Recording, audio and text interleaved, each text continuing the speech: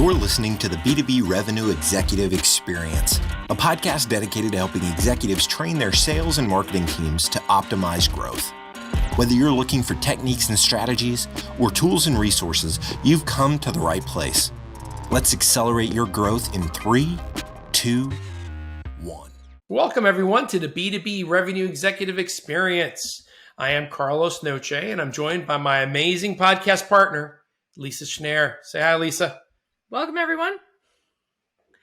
Today, we're talking about security compliance. More than ever, risk management is top of mind for clients.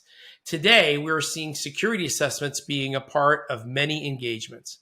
And for sales teams, this could mean it could submarine your deal, it could slow it down to a grind, or done right, this could be a differentiator that sets you apart.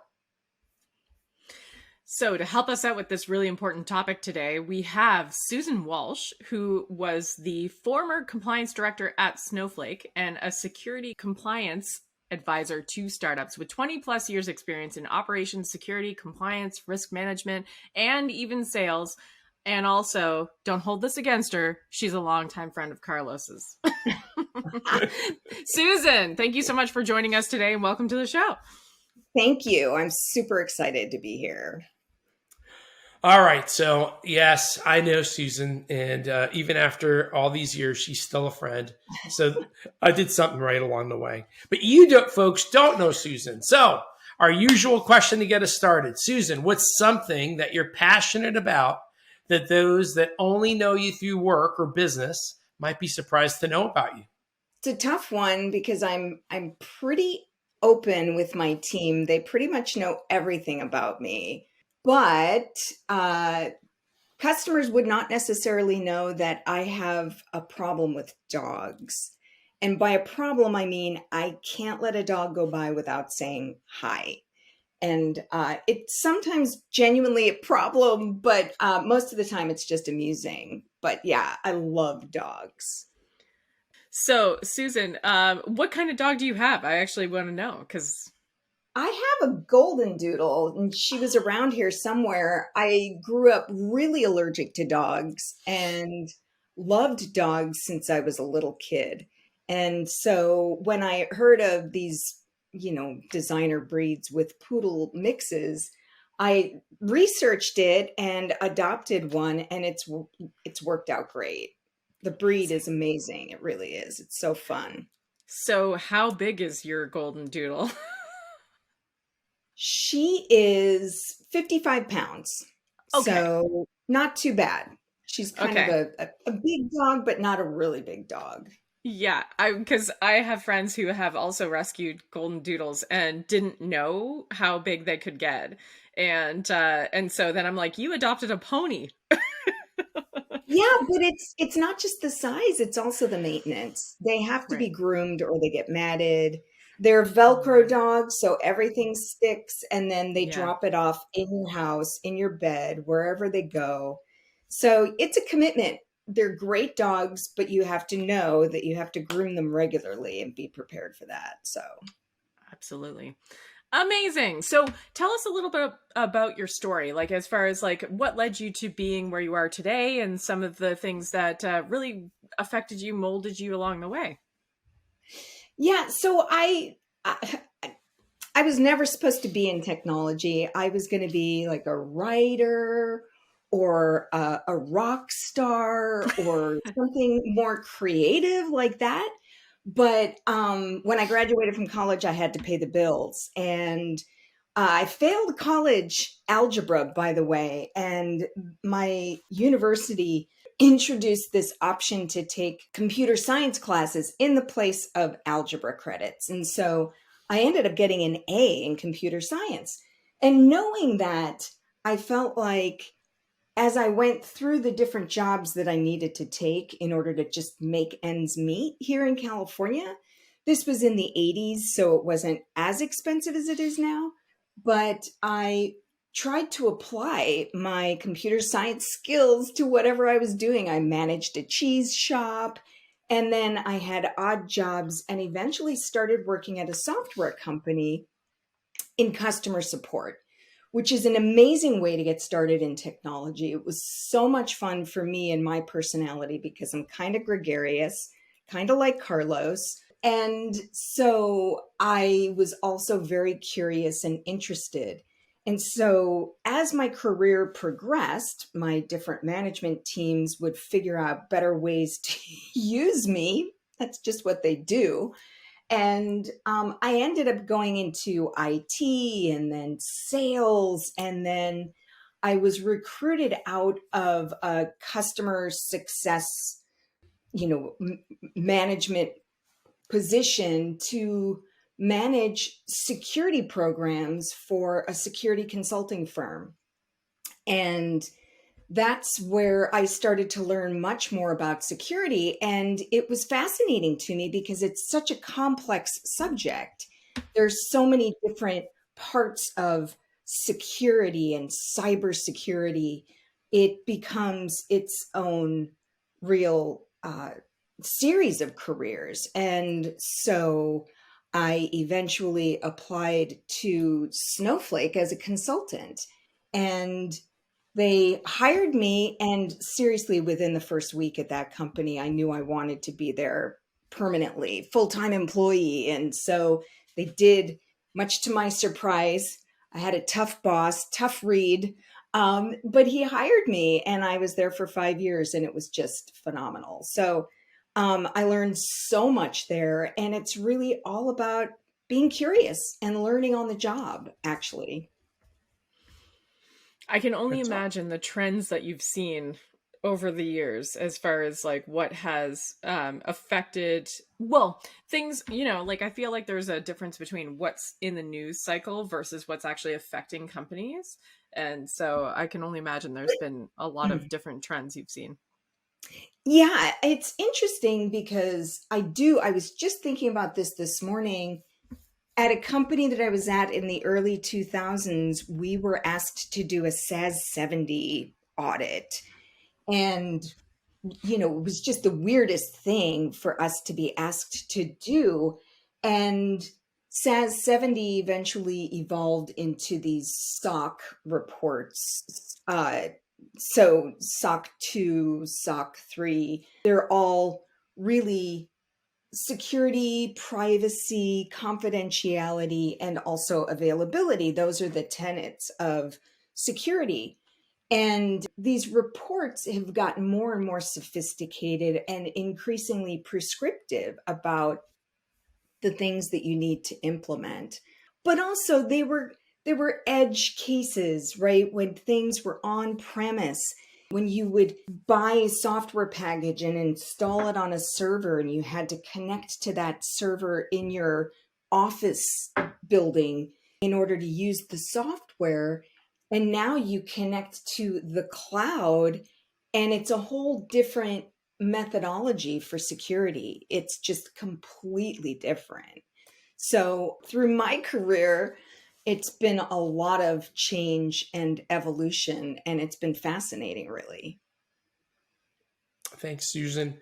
So we live in a world full of buzzwords and assumptions. So I'm going to take a step back and say, hey, can we first address what is security compliance?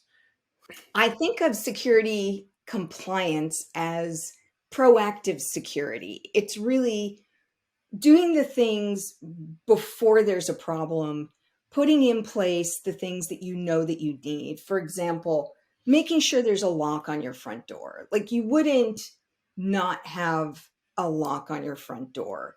And then in your house, you have different things that you secure differently. If you want to keep things from the kids, you put them in a higher cabinet, right? So it's essentially the same thing with information and information systems. You want to make sure that the most sensitive data that you have is the most protected data. And there are things that you do proactively to make sure that you've got those things in the right place. Medications, for example, you make sure that you keep them out of reach of children. That is just a standard phrase that we have. And so when you talk about security at companies, they're just standard phrases like You get people information on a need to know basis. You provide access to people, access to data. People can access it only if they need to access it. That's the most sensitive data. Some information is public, right? You want people to know about what value selling does and the benefits of your services. And so you want that out there for people to find easily, but you don't necessarily want your home phone number and all of that information out there publicly available. So it's basically the same concept, except that it's very complicated in today's world when we talk about securing cloud systems, for example. So along those lines, why has it become so critical for so many organizations these days, both small and large? Yeah, because it is really debilitating and you can be fined. So the laws that are being put into place now actually have financial ramifications to these breaches. So if you are following all of the regulations and you've been audited and you've got evidence to show that you've done everything within reasonable expectation and you're compliant with all of these regulations and these requirements, and you still have a breach, you will be treated differently than if you had neglected alerts, if you had misled the auditors about an environment or a system or a process that you claimed was running but actually didn't exist. And so you can be fined much higher amounts for different types of different ways that you might become breached and how you are. It's just like any business in the financial industry or CEOs today, if they're found to be violating something, it doesn't have to be a security regulation or requirement. It can be a financial requirement, and they're held accountable. So it's become, it has more teeth now. And it's also terrible for a company's reputation. Everybody's heard of the Target breach and several other breaches that are just household name breaches now. And every time you hear that company name, you're like, can I trust them? I don't know if I can trust them anymore.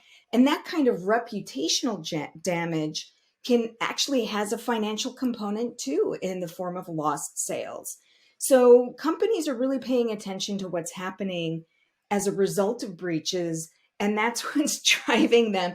Might not be the best way to go about it, but pragmatically, that's at the end of the day, security becomes a financial decision, right? It's a risk assessment and it's a balance between the risk of a breach and how much it would cost the company. And there are different types of costs, as every salesperson knows. And so you just do a calculation and you determine whether or not it's really worth implementing these things versus having a breach and whatever the financial consequences might be of that. So interesting you say that, Susan, because my own experience with actually going through a couple of times at startups, which you advise for, I went through a couple of times where we went through the whole SOC 2 compliance certification process and hired outside consultants to help us do that so that we could make sure that we did all the steps properly for the things that we knew we needed to highlight. And what you're saying about cost in especially in conjunction with winning business, how do you actually advise startups who are running on potentially investor money? They've got a runway, they've got to make decisions about their budget. Yet, then if they want to win business from, say, the Microsofts of the world, they have to have that SOC 2 compliance. So how do you advise them to proceed with this? Yeah, that's a great question. So first of all, the first thing that you need to do is you need to classify your data. You need to understand how sensitive is the data that your customers are giving you. And from there, it really helps you figure out how much you need to protect that data. So when I'm working with companies, that's the first question I ask them is what kind of data is your customer giving you? And then we talk about how is that data protected? Who has access? Is it encrypted? All of these other things. If it's publicly available information, then you don't have to have the same protections that you do as you would if it was credit card information, for example. So when I started at Snowflake, they were a startup, but the data that their customers were putting into the system was very sensitive. So their security program had to be very sophisticated. When you look at the customer list for Snowflake, again, I started when they were a startup, but still they addressed security from the design of the application all the way from the beginning. That's unique. But they had a vision. They knew what kind of data they wanted their customers to be able to put in and feel comfortable putting in. Other companies have less sensitive data and they would go through a less rigorous process. Just they don't need to necessarily encrypt everything at rest. It needs to be encrypted in transit. Okay, I'm getting probably too technical. But going back to the decision making, at the end of the day, security, as I just said, it is a balance between you cannot implement security to the point where you choke off the business. Otherwise, there's no point in having security or having the business. It has to be a balance. It's a carefully choreographed dance between sales and security.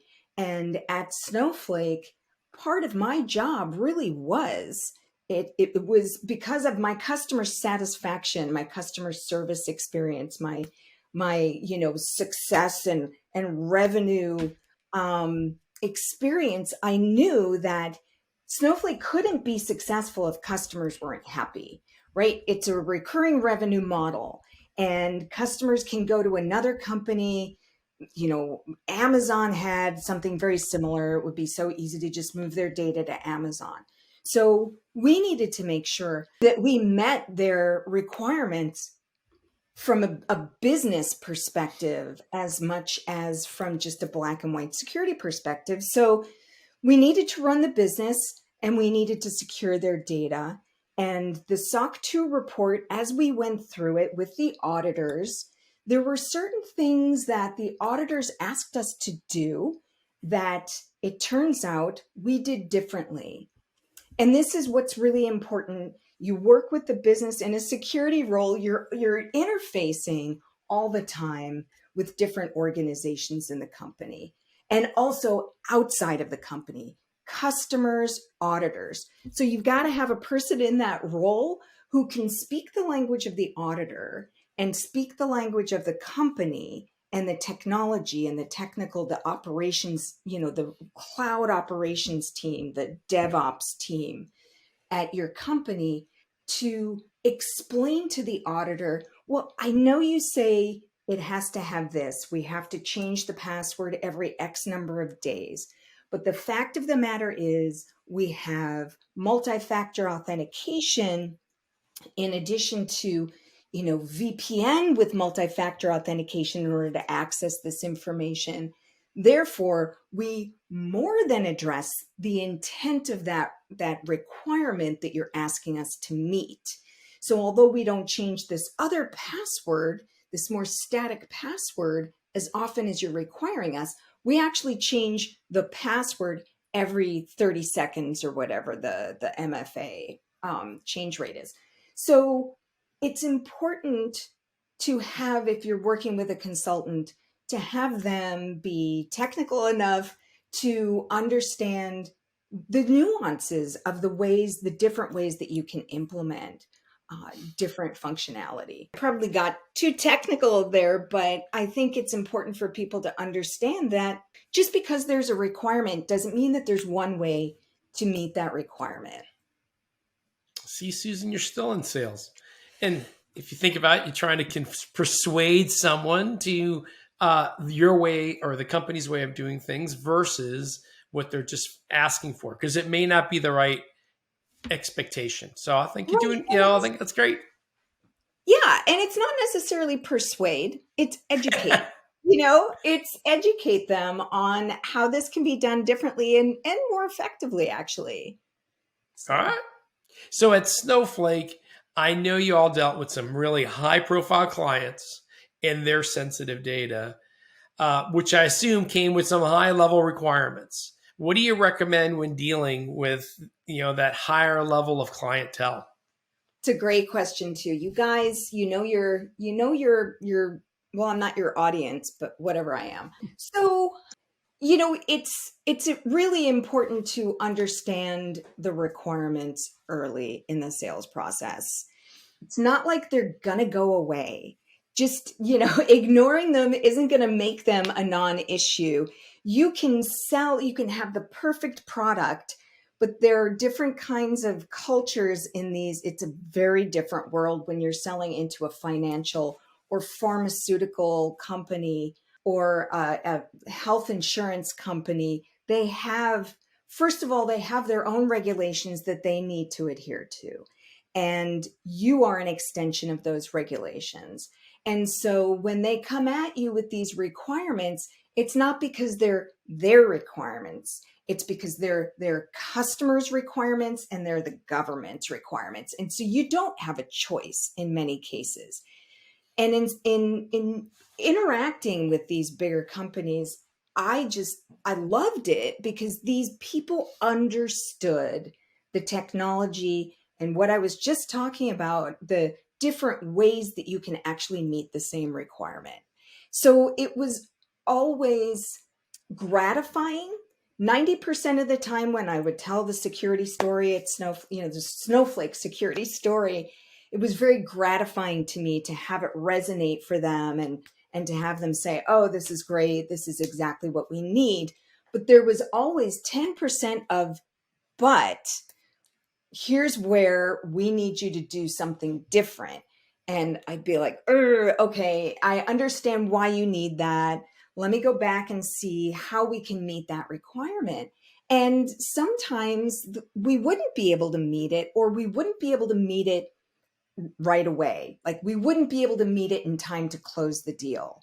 And then it became a whole different kind of negotiation for the salesperson where they would say, okay, you have all these different use cases. Do you need this feature for every use case or just for some use cases? And they would say, oh, actually, we only need it for one use case. All these other use cases, we can start using your system now without any changes to your environment. And so that would be golden. And that is critical to understand. I'm going to reiterate what I just said, which is salespeople, when you have a large customer that has tradition and their own, they have to adhere to their own regulations, to the government's requirements, or to GDPR, some of these other things. You need to grab their security team, get their vendor policy, security policy. Every company has their security addendum.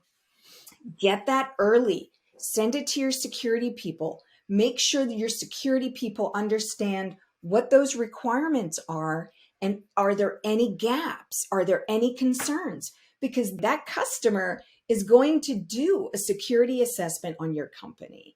So we would have, I don't even remember which customers are publicly known, so I'm not going to mention any. Snowflake, Capital One. I love Capital One so much. I have so much I could say about them because they were such a great security team to work with. They understood what we were trying to get done, and they helped us mature our security organization in the early days. They were one of our earliest financial customers. And so, but the key is always to get that information to your security team up front so that they can have that conversation with the customer, the prospect security team, and resolve that before it becomes a critical, deal stopper at the 11th hour. So it's amazing that you phrased it that way, Susan, because I had 3 questions that you kind of already touched on all 3. So I'm going to combine them. When you think about it in terms of what are some of the things that could be roadblockers in the sales process, do you think we should be asking these questions about compliance and security much earlier as part of like a discovery process?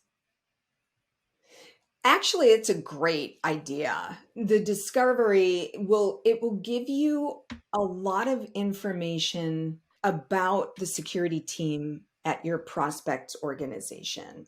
It will help you understand how powerful is that security team, because some security teams have more teeth than others. And if you're working with a company where the security team is, has a lot of control over what deals get approved, you definitely need to know that early so that you can figure out how to work closely with them. Because it could be an actual disqualifier, right? Because It's, you mentioned the government, and then I was talking about Microsoft, like, and why, in my experience, we had to go through the whole certification. If we were going to sell to, as a startups, especially sell to enterprise level companies worldwide, we had to consider this. So I imagine that it could be something that you actually disqualify based on their. absolutely. It's interesting that you say that because I blocked it out. But the reality is that there were companies that we could not sell into because we did not have that compliance program implemented at Snowflake. And one of them was GXP. We resisted GXP for a long time, and the salespeople were getting really frustrated, but it was a very expensive set of requirements to implement at Snowflake. And it kind of came into the organization. Our Snowflake sales organization, I just can't say enough great things about it. It just boggles my mind, even being there watching it happen and watching the organization evolve. Just still, I'm amazed at what they've been able to accomplish. The product is phenomenal too. I don't mean to discount anybody in that process. Marketing is amazing too, but the relationships that our sales teams would develop with customers, even customers that said no, they would just stay in touch with them. And we would continue, my team, I would continue to discuss with the salespeople, what is the deal size, what is the opportunity, what can you really commit to.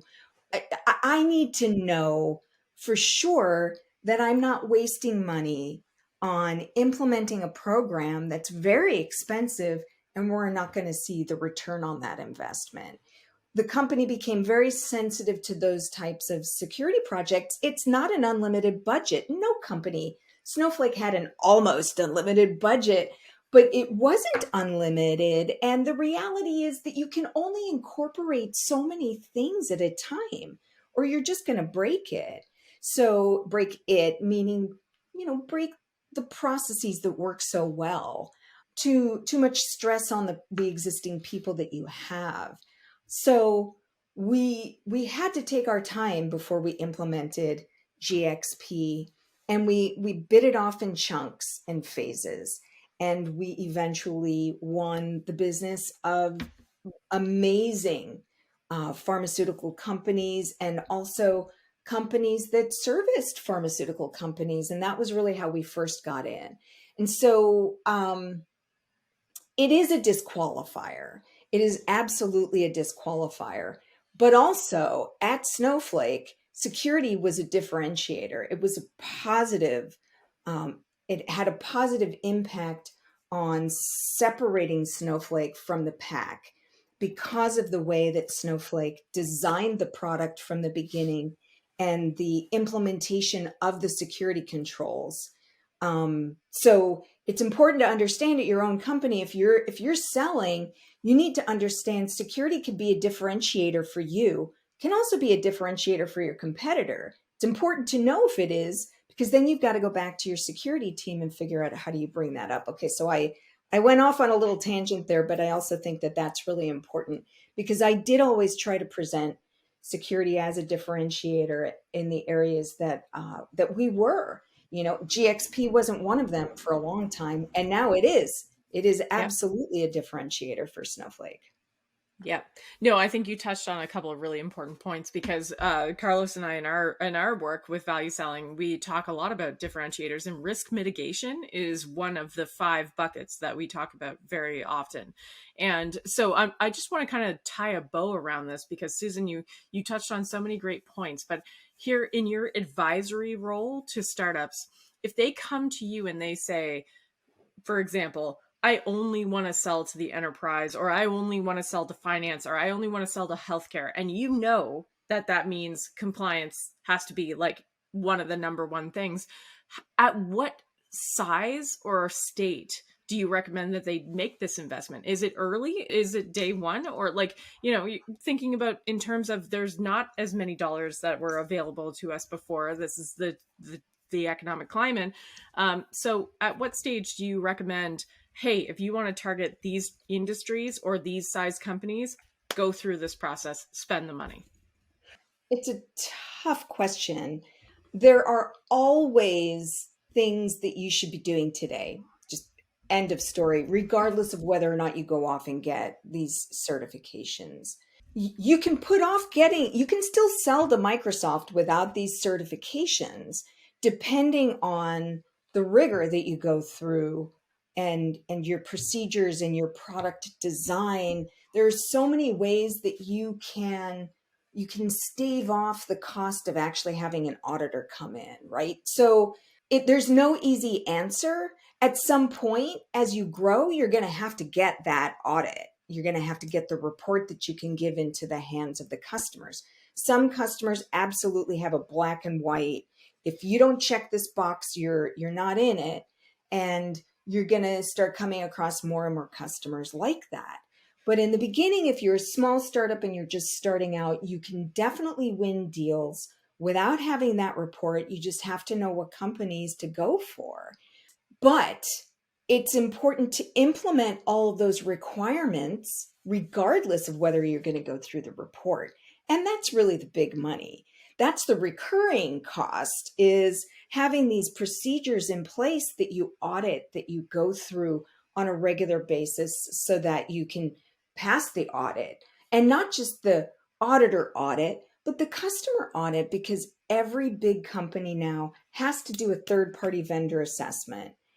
The Target breach, poor Target, so high profile, but that particular breach really made security breaches a household, concept where people started to understand that. And it also scared a lot of companies because they finally understood how a third party could somehow get breached and still access such sensitive data at such a big company. So these third-party assessments have become much, much more important. And if you're selling into an enterprise, you're going to go through a third-party assessment no matter what.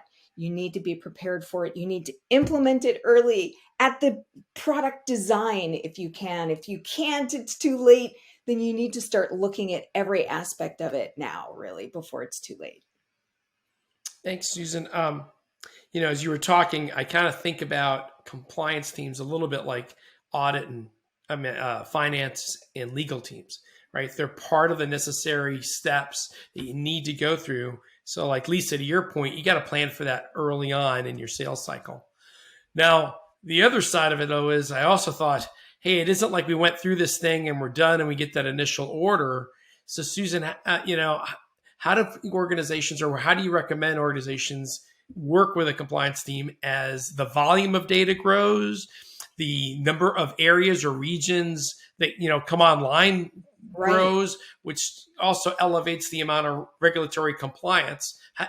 How does the compliance team stay up with that existing customer as they expand? Right. It's a great question, and it all depends on how your sales organization is organized. For upsell, cross-sell, you will encounter different types of data that your customer is going to start putting in. Possibly, maybe not. Maybe it's all the same data. But a lot of big and decent sized software companies, or even a small software company that's selling into a big company, is going to find that the different use cases involve different types of data. And I'll go back to the beginning of our conversation when I talked about data classification. As a company, you're selling your company's product. Your company needs to be classifying data according to its sensitivity, according to the cost, right? If that data were to be compromised, how much would it cost your company? And so as you go through that process, you have to understand that your customers are going through the exact same process. And therefore, when they bring on a new use case, it might be a different classification of data, and they may have different requirements. And it's going to be another sales order, right? So you're going to have another contract that needs to get signed, and there could be a completely separate set of security requirements. Again, super important to get that information to your security team and your legal team early. Depending on how your security team is organized, though, it could report into the legal team, in which case the legal team kind of handles that. At Snowflake, we reported into most recently the CIO, but prior to that, it was the CEO, and we had an equal footing with every organization, right? So it's just important to understand how that process works within your company so that you can partner with the security team. A good security team is going to be really interested in hearing what your customers are going to be expecting of them so that they can meet those requirements and not be the people who say, no, we can't do that. You can't close that deal, right? So nobody wants to be that person. So Susan, I'm going to pivot our conversation a little bit because I remember as you were studying security and making a career pivot, and I just got one question for you. As people are maybe thinking about security as a career, what do you recommend? Do you even recommend it as a career? Yes. Oh, it's everything. It's customer service, it's math, it's interpersonal skills, it's technology, it's whatever you want it to be. There are so many different layers to security. There are so many different ways it gets implemented, and there are so many different roles within a company. I'm so lucky to have had the really bizarre background that I've had, because I think that it helped me figure out how to communicate. I have a degree in French, by the way. How I got into technology and security specifically is baffling, but it was really just a lot of curiosity. So the key is really to stay curious about the things that you love, figure out what it is that really resonates for you, and pursue that. And there's something for everyone in security. If you're curious about it, there is a role for you. But we need to change a little bit of direction here, because we could talk to you all day long, and we'd love to do so. But we'd love to talk to you a little bit about how being an executive consultant, whatever, you are a target for our audience in the way that they might want to sell to you. So in your opinion, what stands out when receiving, say, a completely cold reach out, no warm introduction, no connection? What is something that someone could do that would stand out to you that might actually get you to respond? So Susan, if someone's prospecting you, what would you recommend? What works? What gets your attention? Prospecting you, as a customer, right? Because today it's something we ask everybody. You're a target for people to prospect against and send emails and try to sell you something. I get it. What seems to work? Yes. So I need to know, how are you going to help me? I'm so busy. I really don't even have time to assess another product, right? This happened all the time. I would have people reach out, hey, I hope this email finds you well. No, I'm not. I'm, just really haggard right now. I have so much going on, delete. If you come at me and you say, I've worked with other companies, just like what you're, similar to what you're doing, we were able to help them reduce their audit times or the level of effort required for this or that, if you can succinctly, concisely tell me how you're going to help me do my job better or faster or more cost effectively, more efficiently, then I'm going to listen to you. But if you can't tell me that in the first 3 sentences, and they got to be short sentences, of your message to me, then I'm just not going to pay attention to you. I've got so much going on. There's so many people reaching out to me. I need to know why I should pay attention to you. I need to know immediately. Perfect, Susan. All right. Our last question of the day, we call our acceleration insights. Hey, what might be that one piece of advice, be it business, be it personal, that you would like to share with our listeners that helps them be successful and hit their goals? Be curious. Always have some kind of curiosity.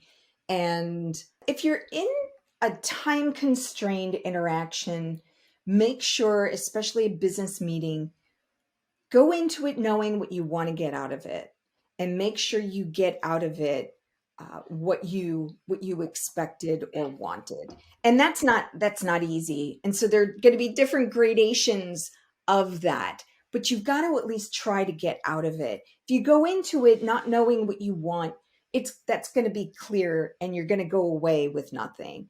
So go into it knowing what you want, be curious, be genuinely curious, and have fun. That's perfect, Susan. Really appreciate it. Thank you so much for your time today. It's been great having you on the show. Really fun. Lisa and I really appreciated it. All right, everyone. That does it for our episode. Please check us out at, let me see if I get this right, www.b2brevexec.com. Share the episode with your family, your friends, your dog, your cat. You can see it through YouTube, Spotify, and look, and if you listen to it over iTunes, please give us a 5-star rating. I'm Carlos Noche. Thank you so much with my co-host, Lisa Snare. And until next time, we wish you nothing but the best success. You've been listening to the B2B Revenue Executive Experience. To ensure that you never miss an episode, subscribe to the show in iTunes or your favorite podcast player. Thank you so much for listening. Until next time.